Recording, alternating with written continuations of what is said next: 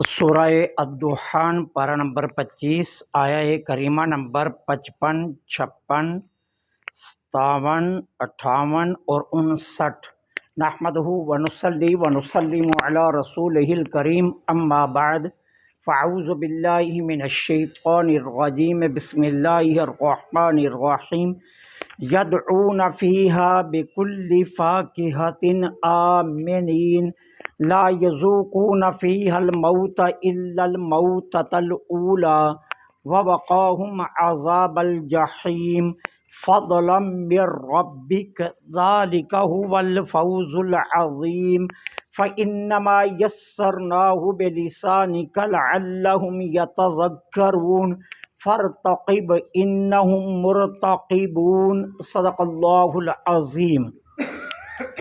یدعونا، وہ طلب کریں گے، فیہا، اس میں، بکل، ہر قسم، فاکہۃ، میوے، وہ طلب کریں گے اس میں ہر قسم کے میوے، آمنین، امن کے ساتھ، سکون کے ساتھ، لا یذوقون، نہیں وہ چکھیں گے اس میں، الموت، موت کو، الا الموتۃ الاولی، ما سوا دنیا کی پہلی موت کے، ووقاہم، اور انہیں محفوظ رکھے گا ان کا رب، عذاب الجحیم، جہنم کے عذاب سے، فضلا من ربک، یہ تیرے رب کا بہت بڑا فضل ہے، ذالک هو الفوز العظیم، اور یہی سب سے بڑی کامیابی ہے، فإنما یسرناہ، بے شک ہم نے اس قرآن کو آسان کر دیا، بلسانک، آپ کی زبان پر، لعلہم یتذکرون، تاکہ وہ نصیحت حاصل کریں، فارتقب، پس انتظار کیجئے آپ، انہم، بے شک وہ، مرتقبون، وہ بھی انتظار کر رہے ہیں۔ اب اللہ جل سبحانہ و تعالی متقین کے لیے جو مہمان نوازی ہوگی جنت میں، اس کا مزید ذکر فرما رہے ہیں۔ وہ کیا ہے؟ ہر قسم کا میوہ، ہر قسم کا پھل، جس کو اہل جنت جب چاہیں گے، جس وقت چاہیں گے، وہ فوراً ان کے سامنے حاضر ہوگا۔ ہر قسم کا پھل، ہر قسم کا میوہ، جس وقت، جس جگہ اہل جنت چاہیں گے، وہ اسی وقت فوراً ان کے سامنے حاضر ہوگا۔ دنیا کی طرح نہیں کہ دنیا کے لیے اصول یہ ہوتا ہے کہ موسم کے مطابق پھل ہوتے ہیں اور مخصوص جگہوں پر مخصوص پھل پیدا ہوتے ہیں۔ جنت میں ایسا نہیں ہوگا، ہر پھل ہر وقت ہر جگہ موجود ہوگا۔ اور پھر اہل جنت انہیں امن کے ساتھ طلب کرتے ہوں گے۔ اب کیا ہے، دنیا میں امن کے ساتھ آپ پھل کو طلب نہیں کر سکتے۔ دنیا میں اس کا اور جنت کا بہت فرق ہوگا۔ دنیا میں کیا ہے؟ دنیا میں یہ ہے کہ کبھی کبھی انسان کو ایسی بیماری لگتی ہے کہ جس کی وجہ سے وہ موسمی پھل کھا ہی نہیں سکتا۔ مثال کے طور پر شوگر کا مریض آم نہیں کھا سکتا، کھجور نہیں کھا سکتا، انگور نہیں کھا سکتا، کیلا نہیں کھا سکتا، بیماری کی وجہ سے۔ اب اسی طرح جس کو دمے کی بیماری ہے، یا جس کو کالی کھانسی لگی ہے، یا جس بندے کو گلا خراب ہے، یا جس بندے کو بخار موسمی ہے، وہ فروٹر، مالٹا وغیرہ نہیں کھا سکتا۔ جنت میں ایسا کچھ نہیں ہوگا، نہ کوئی بیماری ہوگی، نہ کوئی تشویش ہوگی، اور نہ کوئی پریشانی ہوگی۔ امن کے ساتھ، جس وقت، چین کے ساتھ، جس لمحے، جو پھل جس جگہ اہل جنت چاہیں گے، وہ پھل اسی وقت اسی جگہ پر موجود ہوگا سامنے۔ اور پھر فرمایا کیا؟ لا یذوقون فیہا الموت الا الموتۃ الاولی۔ پھر اہل جنت دنیا کی پہلی موت کے علاوہ اور کسی موت کو بھی نہیں چکھیں گے۔ وہاں بس دنیا میں جو موت آ گئی ہے، پھر اس کے بعد کوئی اور موت نہیں۔ حدیث پاک میں آتا ہے کہ جب اہل جنت جنت میں چلے جائیں گے اہل جہنم جہنم میں چلے جائیں گے تو ابھی اندیشہ موجود ہوگا کہ شاید یہاں بھی موت آئے گی۔ اب اس اندیشے کو جب رب العالمین دیکھیں گے کہ اہل جنت کے دل میں یہ کھٹکھٹا موجود ہے کہ شاید یہاں بھی موت آئے گی، اللہ عز و جل مالک الموت کو حکم دیں گے، مینڈے کی شکل میں وہ موت کو جہنم اور جنت کے درمیان ایک دیوار پر لائیں گے اور سب کو مخاطب کر کے کہیں گے دیکھو یہ ہے موت، اور پھر مالک الموت اس موت کو ذبح کر دیں گے کہ آج کے بعد موت کو بھی موت آ گئی، اب کوئی موت نہیں، لا یذوقون فی الموت، وہاں دنیا کی موت کے علاوہ کوئی اور موت بھی نہیں چکھیں گے، بس جو موت آ گئی وہی ہے، اب اور کوئی موت نہیں آئے گی، وہ جو اندیشہ تھا وہ بھی ختم ہو گیا۔ وَوَقَاهُمْ عَذَابَ الْجَحِيمِ، اور متقین کو اللہ عذاب دوزخ سے بھی محفوظ رکھے گا۔ فضلا من ربک، یہ سب کچھ تیرے رب کے فضل سے ہوگا۔ کئی مرتبہ عرض کر چکا ہوں، جنت میں اللہ کے فضل سے جایا جائے گا، اعمال کی بنیاد پر تو جنت میں کوئی شخص نہیں جائے گا۔ میرے آقا فرماتے ہیں یہاں تک کہ انبیاء بھی اعمال کی بنیاد پر جنت میں نہیں جائیں گے، جو بھی جنت میں جائے گا وہ اللہ کے فضل سے جنت میں جائے گا، اس کی مہربانی سے جنت میں جائے گا۔ وہ کہتے ہیں نا کہ ایک بہت ایسا گناہگار میزان عدل پر لایا جائے گا جس کے نامہ اعمال میں کوئی ایک بھی نیکی نہیں ہوگی، تو فرشتوں کو حکم ہوگا اسے لے جاؤ جہنم میں، اب فرشتے اسے لے کر چلیں گے، وہ بار بار مڑ کر پیچھے دیکھے گا، بار بار مڑ کر پیچھے دیکھے گا، اللہ عز و جل فرمائیں گے ذرا اسے واپس تو لاؤ، واپس لایا جائے گا، اللہ فرمائیں کہ جب ہم نے حکم دے دیا تمہیں دوزخ میں جاؤ تو پیچھے مڑ کر کیا دیکھتے ہو؟ تو وہ جواب دے گا میں نے دنیا میں علماء سے سنا تھا اللہ کا فضل کسی وقت بھی ہو سکتا ہے، میں دیکھ رہا تھا کہ وہ فضل کب ہوگا۔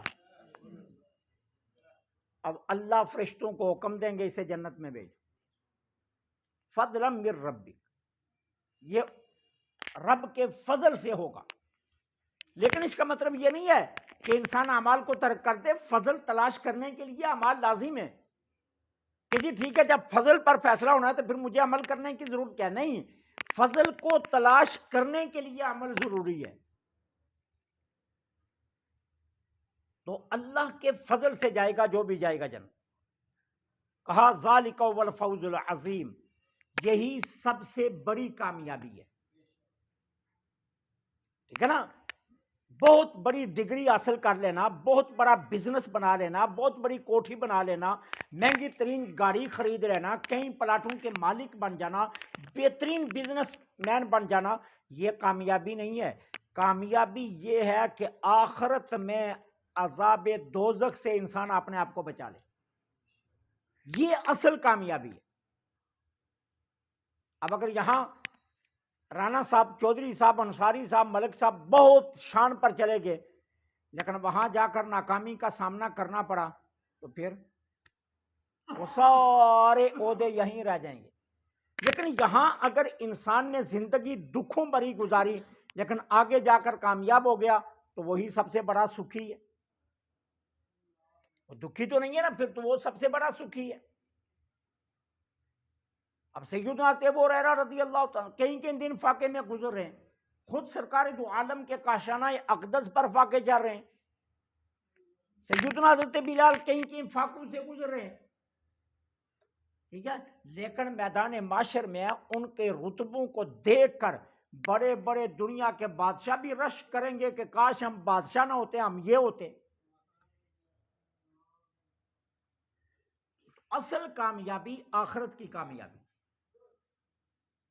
کامیابی کا دار و مدار آخرت کی کامیابی پر ہے، اگر انسان آخرت میں کامیاب ٹھہرا تو وہ کامیاب ہے، اور اگر وہاں ناکام ٹھہرا تو دنیا کی ساری کامیابیاں ناکامیوں میں بدل جائیں گی۔ تو کہا فضلا من ربک، یہ آپ کے رب کا فضل ہے، ذالک هو الفوز العظیم، اور یہی سب سے بڑی کامیابی ہے۔ فَإِنَّمَا يَسَّرْنَاهُ بِلِسَانِكَ، ہم نے اس قرآن کو آپ کی زبان میں نازل کر کے آسان کر دیا تاکہ مکہ والے اس کو سمجھ سکیں۔ وہ اہل زبان ہیں، انہی کی زبان میں قرآن کو نازل کیا، قریش کی زبان میں، تاکہ ان کو قرآن سمجھنے میں آسانی رہے، لعلہم یتذکرون، اور تاکہ وہ قرآن کو سمجھ کر احکام قرآن پر عمل کریں اور قرآن کے پیغام کو سمجھیں اور قرآن کی نصیحت کو قبول کریں۔ ہم نے اس لیے قرآن کریم کو آسان کر دی۔ سیدنا حضرت امام جعفر صادق رضی اللہ تعالیٰ عنہ فرماتے ہیں، اگر اللہ تعالیٰ قرآن کو لوگوں کی زبان پر آسان نہ کرتا تو کسی میں یہ ہمت ہے وہ اللہ سے ہم کلام ہو جاتا۔ قرآن پڑھنا اللہ سے ہم کلام ہونا ہے نا، تو فرمایا کسی میں ہمت ہے کہ اللہ سے ہم کلام ہو جائے؟ اللہ سے ہم کلام ہونے کی کس میں جرت ہے؟ یہ اللہ کا فضل ہے کہ اس نے اپنا قرآن آسان کر دیا، اور آج اس کی تلاوت ہمارے لیے سہل ہے، آسان ہے، تو اس کی تلاوت کا سہل کیا جانا یہ بھی اللہ کا فضل ہے، لعلہم یتذکرون، تاکہ وہ نصیحت حاصل کریں۔ فرتقب، پس انتظار کیجئے آپ، انہم مرتقبون، وہ بھی انتظار کر رہے ہیں۔ کیا؟ کس بات کا انتظار؟ آپ کس کا کیجئے اور وہ کس کا انتظار کر رہے ہیں؟ آپ انتظار کیجئے کہ کفار کی ضد اٹ درمی پر جو وعیدیں آپ نے ان کو سنائی ہیں نا، آپ انتظار کیجئے کہ کب اللہ تعالیٰ کی آزمائشیں ان پر آتی ہیں۔ اور وہ کس چیز کا انتظار کر رہے ہیں؟ وہ انتظار کر رہے ہیں کہ نہیں ساری بلائیں اور آفات آپ پر آئیں گی۔ اب انتظار آپ بھی کیجئے، وہ بھی کیجئے، لیکن ایک بات مسلمہ ہے کہ آپ کی امیدیں پوری ہوں گی، ان کی امیدیں پوری نہیں ہوں گی۔ میرے آقا کریم تشریف فرمائے نا صحن حجرہ مبارک میں، تو دیواریں چھوٹی تھی، حضور باہر صحن میں تشریف فرمائے، سامنے سے ایک یہودی گزرا، تو یہودی نے جان بوجھ کر کہا السلام علیکم۔ سام کہتے ہیں بیماری کو، کہ آپ پر بیماری پڑے۔ ام المومنین سیدہ طیبہ طاہرہ حضرت عائشہ صدیقہ حجرہ انور میں آواز سن لی تو حضور کی محبت میں حجرے سے باہر آ گئی اور عرض کی حضور سام اس کو ہو، مرے یہ، آپ کو اس نے بد دعا کیوں دی ہے؟ اس کی جرت کی یہ آپ کو بد دعا دے؟ تو میرے آقا نے فرمایا عائشہ چپ ہو جاؤ، میں نے کہہ دیا وعلیکم، اس کی تو قبول نہیں ہوگی لیکن میری ہو جائے گی۔ آپ کی امیدیں پوری ہوں گی، ان کفار کی امیدیں پوری نہیں ہوں گی۔ دوسرا اس کا معنی کیا؟ آپ انتظار کیجئے۔ آپ نے پیغام اسلام اور اللہ کے احکامات پہنچانے پر جتنی مشقت اٹھائی ہے، جتنی تکلیفیں سہی ہیں، اس پر اللہ جو آپ کو اجر عطا فرمائے گا، آپ اس کا اجر کا انتظار کیجئے۔ اور ان کافروں کو آپ نے جو عذاب سنایا ہے نا، یہ بھی انتظار کریں، ان قریب وہ ٹائم آنے والا ہے جب انہیں وہ عذاب دیا جائے گا جو آپ فرما رہے ہیں۔ تو انتظار آپ بھی کیجئے اجر و ثواب کا، اور انتظار یہ بھی کریں عذاب کا۔ فرق یہ ہے کہ آپ کو اللہ آپ کا اجر عطا فرمائے گا جو آپ نے تبلیغ اسلام کے لیے مشقتیں اٹھائی ہیں، اور ان کو اللہ سزا دے گا جو انہیں ہٹ درمی کا مظاہرہ کیا۔ تو فرتقب، آپ بھی انتظار کیجئے، انہم مرتقبون، یہ بھی انتظار کر رہے ہیں۔ اللہ سے دعا ہے اللہ حق کہنے کی تو